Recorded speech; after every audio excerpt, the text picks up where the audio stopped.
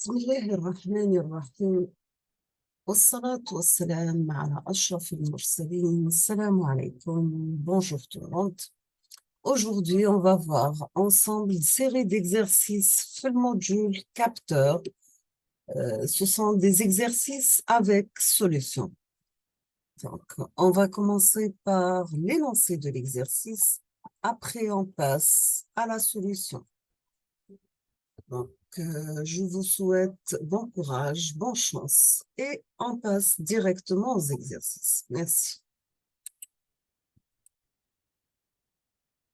On va commencer par l'énoncé de l'exercice numéro 1, donc soit un potentiomètre de 12,5 kΩ utilisé comme capteur de déplacement. Donc, soit un potentiomètre de 12,5 kΩ utilisé comme capteur de déplacement pour mesurer une plage de déplacement variant de 0 à 600 cm. Bien sûr, il est alimenté par une tension de 10 volts. Donc, vous avez 10 volts, vous avez votre potentiomètre de valeur 12,5 kΩ. La distance qu'on veut mesurer varie de 0 à 600 mètres. La question, bien sûr, quelle est la sensibilité de ce dispositif en volts par millimètre? Quelle est la sensibilité de ce dispositif en volts par millimètre? La deuxième question, c'est la classe de précision de ce capteur. Elle est de plus ou moins 0,25% EM. Quelle est son erreur absolue et son erreur relative à 375 cm?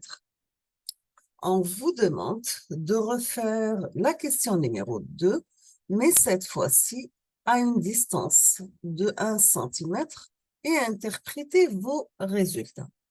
Donc, la première question, quelle est la possibilité de ce dispositif en volts par millimètre?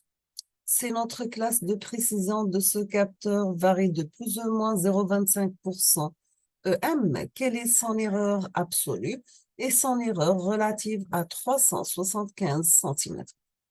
On vous demande de refaire la question numéro 2, mais cette fois-ci pour une distance de 1 cm et interpréter vos résultats. On passe l'exercice numéro 2, donc soit un capteur de niveau ayant une étendue de mesure varie de 0,5 à 25 mètres et donnant un signal de sortie variant de 4 à 20 mA. Sachant que 4 mA à 0,5 mètres et 20 mA à 25 mètres. Envoyez un automate ayant un convertisseur analogique numérique de 10 bits. Vous avez que l'erreur absolue, elle est de 1, plus ou moins 1 sur le résultat de la conversion.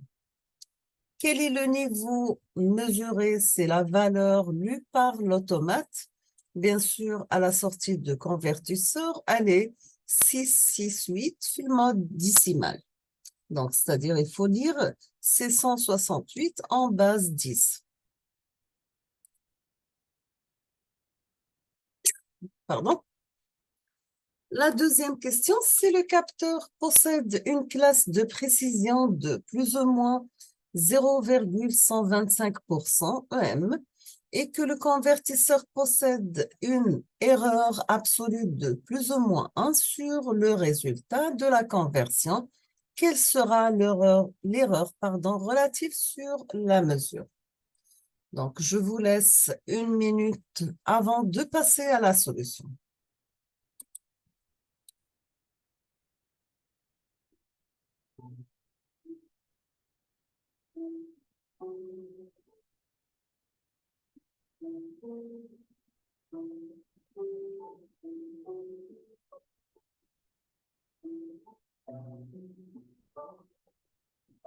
Donc, c'est un temps de réflexion avant de mettre la solution de ces deux exercices en chemin. Donc, essayez de réfléchir vous-même à la solution avant de voir la solution dans cette vidéo.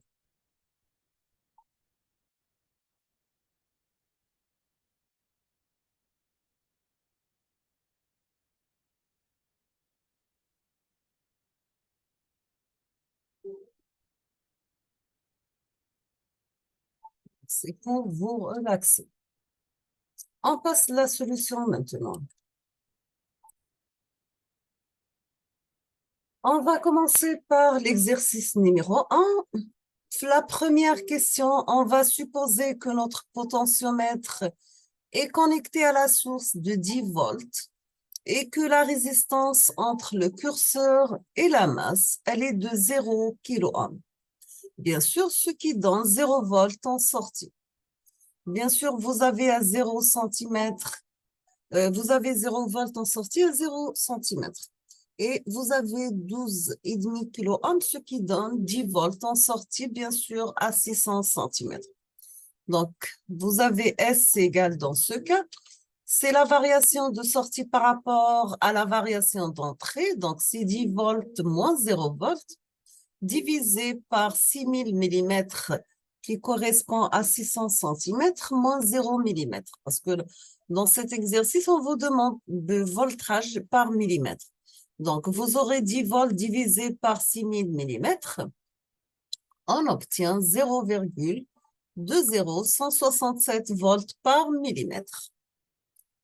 La deuxième question, vous avez que l'erreur absolue du capteur correspond à une classe de précision de l'ordre de plus ou moins 0,25% EM. Dans ce cas, l'erreur absolue égale plus ou moins 0,25% par 600 cm.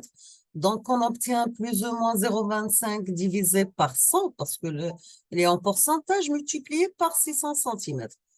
Le résultat, on obtient que l'erreur absolue égale à plus ou moins 1,5 cm. Bien sûr, connaissant cette valeur, nous pouvons maintenant calculer l'erreur relative à une mesure de 375 cm. Donc, l'erreur relative, ça sera l'erreur absolue divisée par la mesure multipliée par 100%. Donc, on obtient plus ou moins 1,5 cm divisé par 375 cm par 100%. On aura comme valeur à la fin égale plus ou moins 0,4%. Donc, l'erreur absolue n'ayant été obtenue en 2, ça reste à évoluer l'erreur relative pour une mesure de 1 cm. Donc, cette erreur, ce sera l'erreur réelle égale l'erreur absolue divisée par la mesure fois 100%. Donc, on obtient plus ou moins 1,5 cm divisé par 1 cm multiplié par 100%. Donc, on aura plus ou moins 150%. La remarque ou bien la discussion, c'est que l'erreur relative s'accroît au fur et à mesure que la mesure décroît vers 0 cm. Elle est égale à la classe de précision lorsque la mesure est égale à l'étendue de mesure de 600 cm. Elle devient infinie à 0 cm. Ainsi, si la mesure à 375 cm est raisonnable, celle à 1 cm ne l'est pas. On va revenir sur l'énoncé de l'exercice numéro 2 avant de passer à la solution. Donc, si vous avez un capteur de niveau ayant une étendue de mesure de 0,5 à 25 mètres et donnant un signal de sortie de 4 à 20 mm, donc vous avez 4 mm à 0,5 mètres et 20 milliampères à 25 mètres. Envoyez un automate ayant un convertisseur analogique numérique de 10 bits. Vous avez l'erreur absolue, elle est de 1 plus ou moins 1 sur le résultat de la conversion. Quel est le niveau mesuré? C'est la valeur lue par l'automate. À la sortie du convertisseur, elle est de 668 décimales. Donc, 668 en base 10. Si le capteur possède une classe de précision de plus ou moins 0,125% EM et que le convertisseur possède une erreur absolue de plus ou moins 1 sur le résultat de la conversion, donc on vous demande quelle sera l'erreur relative sur la mesure. Je vous laisse quelques secondes pour réfléchir et on revient à la solution.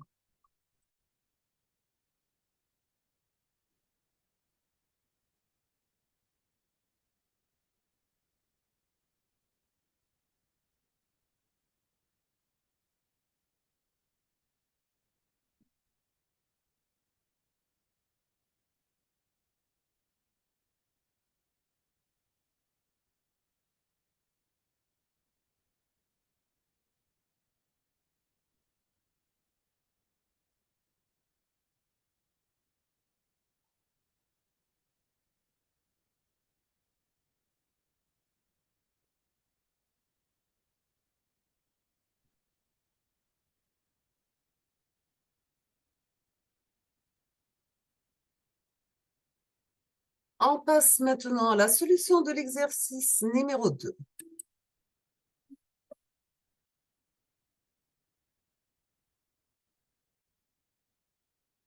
Donc, pour résoudre l'exercice, il faut calculer la fonction de transfert du capteur et celle de la carte d'entrée analogique de l'automate.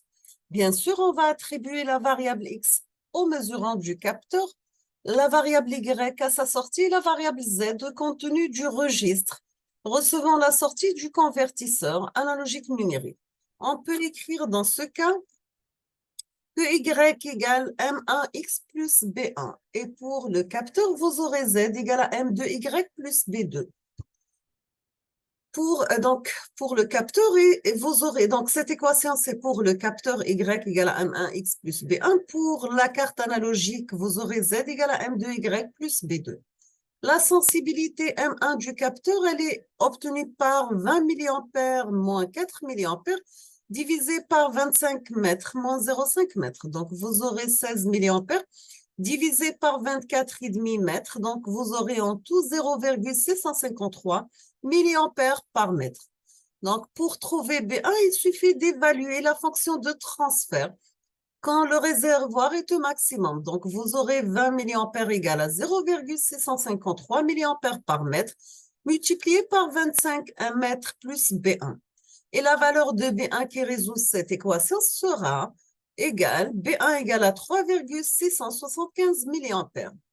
Dans ce cas, la fonction de transfert du capteur est donnée par Y égale 0,653 mA par mètre par X plus 3,675 mA. La sensibilité M2 du convertisseur analogique numérique est donnée par M2 égale 2 puissance 10 divisé par 20 mA moins 4 mA. Donc, vous aurez 1024 divisé par 16 mA, vous aurez 64 mètres par ampère, ou bien ampère moins 1. Pour trouver B2 maintenant, il suffit d'évaluer la fonction de transfert quand le signal est minimum. Donc, vous aurez 0 égale 64 mA plus, multiplié par 4 mA plus B2. Et on aura la valeur de moins 256 pour B2. Maintenant, la fonction de transfert de notre convertisseur analogique est donnée par Z égale 64 mètres par ampère moins 1 par Y moins 256, qui est la valeur de B2. Nous avons maintenant tout ce qu'il faut pour répondre à la question.